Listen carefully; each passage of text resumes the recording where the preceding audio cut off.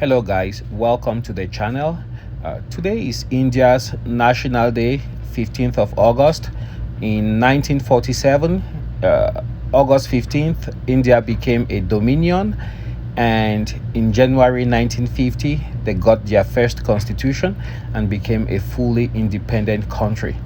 So the two new engines that come to the Mahindra Thar are the M Stallion TGI engine, which produces 150 brake horsepower, and then you also have the 2.2 liter M Hawk 130 engine, which produces 130 horsepower and 300 newton meters of torque.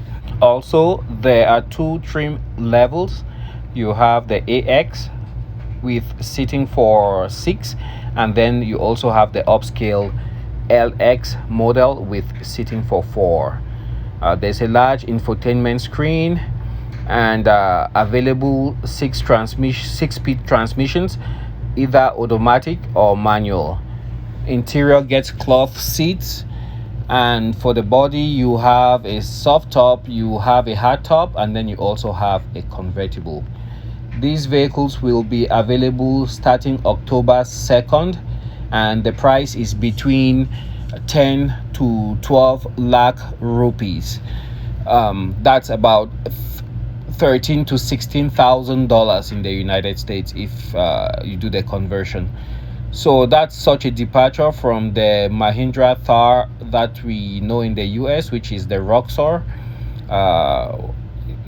So far, the press reviews have been very glowing. People seem to love the new body style and the new creature comforts that have been integrated into the new Thar. In the US, however, we are still waiting on the 2021 Mahindra Roxor. Just an update.